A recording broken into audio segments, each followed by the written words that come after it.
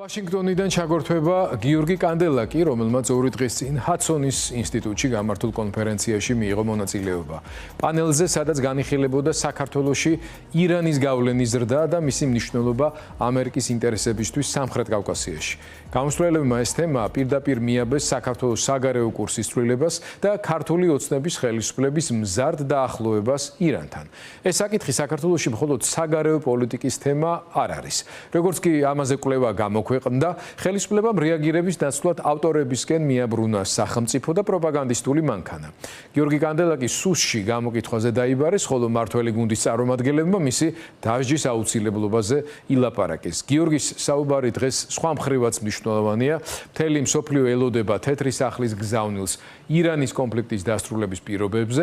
მეორე მხრივ საქართველოს ხელისუფლება მტკივნეულად რეაგირებს არა თავად ირანული გავლენების პრობლემაზე, არამედ იმ ადამიანებზე, ვინც ამ საფრთხეზე საჯაროდ საუბრობენ.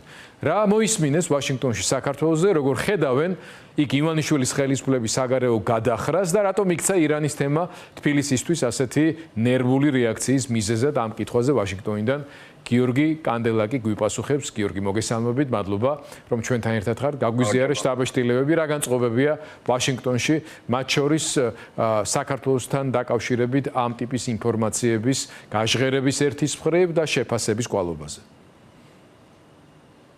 მადლობა. პირველ რიგში თქვენ სწორად აღნიშნეთ, როცა გამოქვეყნდა ჩვენი კვლევა, რომლის მეორე თანაავტორი არის ლუკ კოფი, ჰადსონის ინსტიტუტის თანამშრომელი, ძალიან ნერვიული რეაქცია იყო საქართველოს ხელისუფლების მხრიდან, მაგრამ კვლევის გამოქვეყნებიდან დღემდე სამწუხაროდ არ ყოფილა რეაქცია თავად პრობლემასთან მიმართებაში.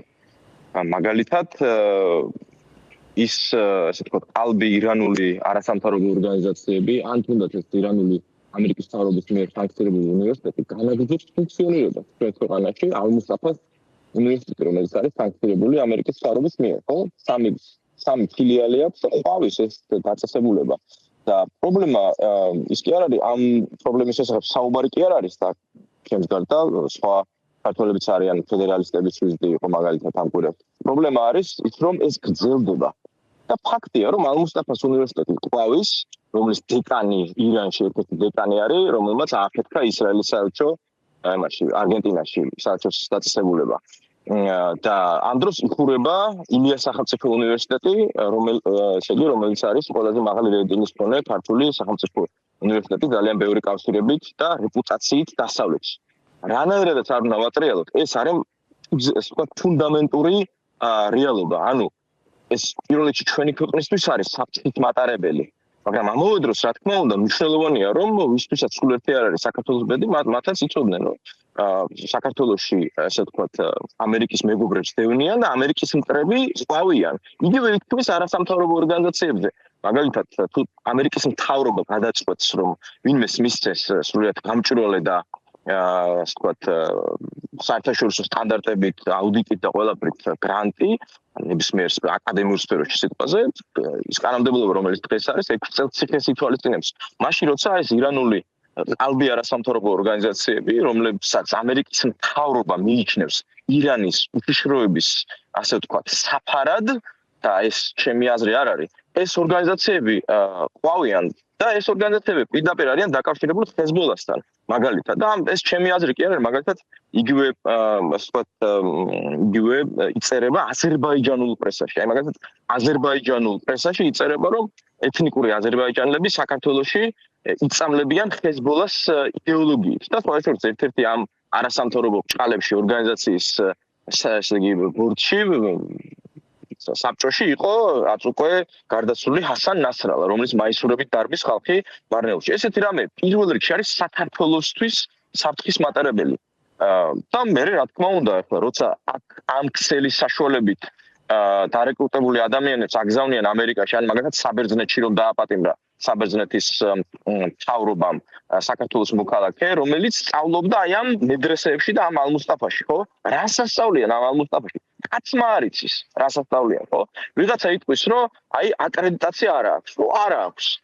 და მე რა, ხო არსებობს ეს ალ-მუსტაფას უნივერსიტეტი, რომელსაც ამერიკის შეერთებული შტატები მიიჩნევს ტერორისტულ, ასე ვთქვათ, ტერორისტული აქტივობის საფარად. ხო არსებობს, ხო ყვავის, ხო ატარებს ამ ერთი მეორეს მიყოლებით კონფერენციებს, ხო ჩამოდიან ამ უნივერსიტეტის თანამდებობის პირები საქართველოში და რა ვიცი დასეირნობენ თავისუფლად და ატარებენ ასე ვთქვათ და ურთიერთობენ ამ წამლავენ ჩვენს ახალგაზრდებს ამ ხეზბოლას იდეოლოგიით. ეს არის პირველ რიგში ჩვენთვის საფრთხის მატარებელი, მაგრამ მე ესე იგი აქედან ესე იგი შემცდარ ახალგაზრდებს რომ საბერძნეთში აგზავნიან ამერიკის წინააღმდეგ იქ საზღვაო ობიექტებზე ჯაშუშობისთვის ეს საქართველოსთვის კარგია? გიორგი.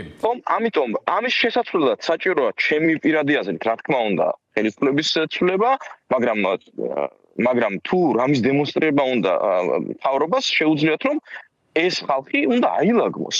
რა თქმა უნდა, ამავე დროს შეწყდეს ამერიკის მეგობრების დევნა. აი ამერიკის მეგობრებზეა ლაპარაკი და შენს პარალელურად ახლა კადრში გადის თავად ჰადსონის ინსტიტუტში, აი ამ კონფერენციისა და შეხვედრის კადრები და კონგრესმენი ვილსონი ჩანდა, იქ კიდევ რამდენიმე ადამიანი, რომელიც წლებია უკვე არა მარტო რეგიონს, არამედ საქართველოს თვალს ადევნებს, ბევრი კარგი საქმე გაუკეთებიათ და ახლა საინტერესოა როგორ აფასებენ ისინი სიტუაციას. ჩვენ ხვდებით ისევე როგორც ისინიც ხვდებიან, რომ აქ აკრედიტაციის ფორმალურ მხარეზე ლაპარაკი ძალიან არასერიოზულად გამოიყურება მსგავს სიტუაციებში. ეს ხალხი იქ იმისთვის არსავლობს, რომ შემდეგ რომელიმე ევროპული პროგრამის მეშვეობით რომელიმე უმაღლეს სასწავლებელში გააგრძელოს სწავლა ბიოლოგიაზე ან მათემატიკის სპეციალობაზე, ხო? ნუ ეს ასეა კი. ხო. ოღონდ ამავე დროს უნივერსიტეტად პოზიციონირებს ეს ალმუსტაფა, ანუ რაღაცა ის კი არ არის რაღაცა ასე ვთქვათ, ანუ ტერმინოლოგია, რომელსაც ისინი ყენ უნივერსიტეტი აწერია და საქართველოს ოფიციალური ინსტიტუტებიც უნივერსიტეტად მოიხსენიებენ ამ შეხვედრებზე და ასე შემდეგ. დაუბრუნდები შენს აი ბოლო პასაჟს. საინტერესოა როგორია ვაშინგტონში ხედვა ამ შემთხვევაში. ჩვენ ვიცით რომ თავად ივანიშვილის გარემოცვიდან არ კლებულობს მცდელობები, რომ ლობისტური კომპანიების მეშვეობით, მათ შორის გარკვეული კომერციული ინტერესების თანხვედრის გამოისობით, აი მაგალითად ტრამპ ტაუერთან დაკავშირებული ეს ბოლო ისტორია რაც არის, მანამდე სენატში არსებული ლობისტური რესურსის გამოყენებით, რომლითაც შეფერხდა მეგობარი აქტის მიღება თავის დროზე, რომელიც ფაქტობრივად ამ ეტაპზე შეჩერებულია, თუმცა ნებისმიერ დროს შეიძლება განახლდეს. ზოგადად გვაინტერესებს პოლიტიკის შემუშავების კუთხით თუ არის რაიმე სიახლეები ვაშინგტონში საქართველოსთან მიმართებაში, იმიტომ რომ საქართველოში არის გარკვეული მოლოდინები და მათ შორის სახელმწიფო დეპარტამენტიდან წარმომადგენლობასაც ელიან ამ დღეებში, თუ სიმართლეა ეს ჯერ ზუსტად არ ვიცით. კი, ესე იგი მარტივად არის საქმე ამ ადმინისტრაციის პირობებში შეერთებული შტატები ჩვენს ასე ვთქვათ ფართე გაგების რეგიონში დაბრუნდა, როცა მანამდე არსებობდა პერცეფცია, რომ ხდება ამერიკის ნელ-ნელა გასვლა და ასე ვთქვათ ამ ვაკუუმს ავსებს რუსეთი და ირანი და სხვა გლობალური ესე იგი მოთამაშეები, ახლა ეს შებრუნდა პირიქით. ეს ვლინდება ორ რამეში, პირველ რიგში ჩვენს უცხოელო სამეზობლოში იმაში, რომ შედგა აი ამ მარშრუტის და სამხრეთ აზერბაიჯანს შორის შეთანხმება და ესა ძალიან მნიშვნელოვანი და საქართველოსთვის ძალიან კარგი, რა თქმა უნდა, იმიტომ რომ ამ შეთანხმების გარანტორი და მიღწევა უზრუნველყო შეერთებულმა შტატებმა და ესა ძალიან მნიშვნელოვანი, მე მგონი ითქვა საჯარო სივრცეში, რომ სახელმწიფო მდივანი რუბიო ჩადის ერევანში, ამას წინათ იყო ჩასული ვიცე-პრეზიდენტი შეერთებული შტატების. ეს არ არის ჰაი-ჰარალეზე მომხდარი ამბები, ვთქვათ, ვაკუუმს ავსებს ჩვენს რეგიონში შეერთებული შტატები. შეერთებული შტატები, როგორც მთავარი დემოკრატიული ქვეყანა მსოფლიოში აქ არის. და ეს ჩვენთვის, ჩვენი ხალხისთვის, ჩვენი ინტერესებისთვის არის კარგი. მეორე ის, რომ ჩვენ ფართე რეგიონში შეერთებულმა შტატებმა ასევე გამოიყენა ძალა და ესეც რაღაცა ვთქვათ გარკვეულ კონფიგურაციაში ძალიან მნიშვნელოვანი არის. იმის სადემონსტრაციო თუ ვინ არის მთავარი ძალა დღეს მსოფლიოში და განსაკუთრებით იმ ფონზე, როცა ნელ-ნელა, მაგრამ ნაბიჯ-ნაბიჯ ხდება გარდატეხა უკრაინაში, როგორც ბრძოლის ველზე, ეხლა კი იყო გუშინეს თავდასხმა კიევზე, მაგრამ ყველა ინდიკაცია არსებობს იმისა, რომ ბრძოლის ველზე გარდატეხა ხდება, ამაზე ეს ისტერიული რეაქცია იყო და ამავე დროს რუსეთის შიგნითაც უკვე ყველა საზომით გვაქვს პრინციპულად ახალი სიტუაცია და ძალიან დიდი უკმაყოფილება, ხო? და ამის ფონზე, რა თქმა უნდა, მნიშვნელოვანია, რომ ეს ტრაექტორია, საქართველოს ტრაექტორია, რომელსაც არ ეთანხმება ჩვენი ხალხი და აგერ მოდის 26 მაისი და 26 მაისი არის სიმბოლო საქართველოს დასავლური არჩევანისა 1918 წელს. სწორედ ამ ნიადაგზე გამოცხადა დამოუკიდებლობა, რომ საქართველოს უნდა ყოფილიყო დასავლური სამყაროს და სივრცის ნაწილი. ეს არ არის რაღაც გუშინ მოფიქრებული, ასე ვთქვათ, კონცეფცია, ხო? და ასე რომ ვერ იქნება თუ არ არის ჩვენს ინტერესებში ის რომ ეს აქტორები და პირველ რიგში ირანი ასეთი გავლენით სარგებლობს ჩვენ ქვეყანაში, რა თქმა უნდა, ვაშინგტონშიც ეს მნიშვნელოვანი ფაქტორი არის, იმიტომ რომ თუ კი ამერიკის მეგობრებს დევნიან და ამერიკის მტრებს, ასე ვთქვათ, ამერიკის მტრებს აქვს სრული თავისუფლება მოქმედების, მნიშვნელოვანი გარემოება არის ეს, რომელიც ისევ და ისევ ჩვენთვის არის პრობლემა, მაგრამ აქაც არის გასათვალისწინებელი. იმედი გვაქვს, რომ დაბრუნდები უფრო დაწვრილებით სტუდიაში ვისაუბრებთ. ბოლოს მინდა აუცილებლად კითხო, მთელი მსოფლიო ელის რუბიომ უკვე მიანიშნა ამაზე, რომ დღეს შეიძლება უკვე პრეზიდენტმა ტრამპმა გააკეთოს ოფიციალური განცხადება გარკვეულ შეთანხმებაზე ირანის რეჟიმთან, რაც აქტიური საომარი მოქმედებების დასრულების ნიშანი იქნება და დროებითი განმუხტვის როგორც მინიმუმ. აი იმას არ გეკითხები ხა რა სიტყვის ტრამპიო, შენ კი არა, სენატში და კონგრესში არიციან სრულად, რასაც ვადევნებდი თვალს, თავად რესპუბლიკელებშიც კი ჯერჯერობით ესე ცოტა გაურკვეველი დამოკიდებულებაა, მაგრამ როგორც არ უნდა დამთავრდეს ეს, დაუშვათ და მიღწეული იქნა გარკვეული შეთანხმება და რაღაც სტატუს კვო დაფიქსირდა. ეს ნიშნავს იმას, რომ შეერთებული შტატების ყურადღება შენელდება ან მოიკლებს რეგიონთან მიმართებაში, იმიტომ რომ ამას პირდაპირ კავშირი აქვს იმასთან, რაც ახლა შენ საუბრობდი რა და მათ შორის საქართველოს როლს და ადგილს ამ ინტერესთა რუკაზე, რომელიც არა მარტო ტრამპის, არამედ შემდგომი ადმინისტრაციების შემთხვევაშიც აქტუალური იქნება.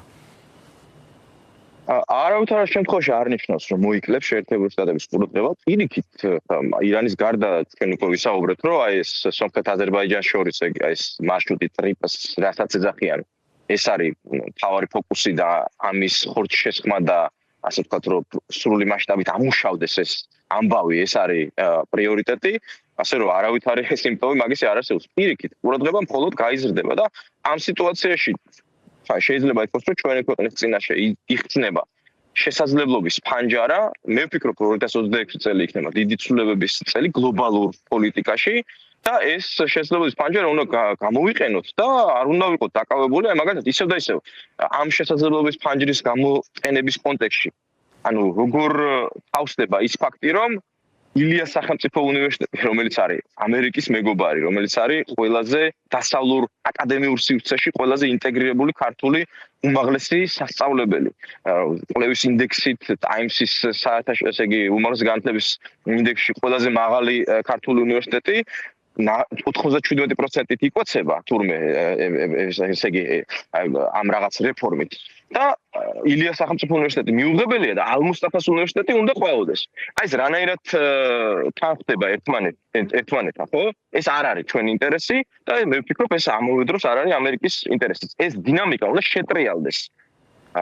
მიღმად წავს. მადლობა გიორგი კანდელაკს ვესაუბრებოდით ვაშინგტონში, რომელიც მონაწილეობას ღებულობდა ჰადსონის უნივერსიტეტში იმ კვლევის კიდევ ერთ პრეზენტაციასა და განხილვაზე, ინსტიტუტში კი ბატონო, რაც ეხებოდა საქართველოში ირანული გავლენების ზრდას. გიორგის ვემშვიდობებით.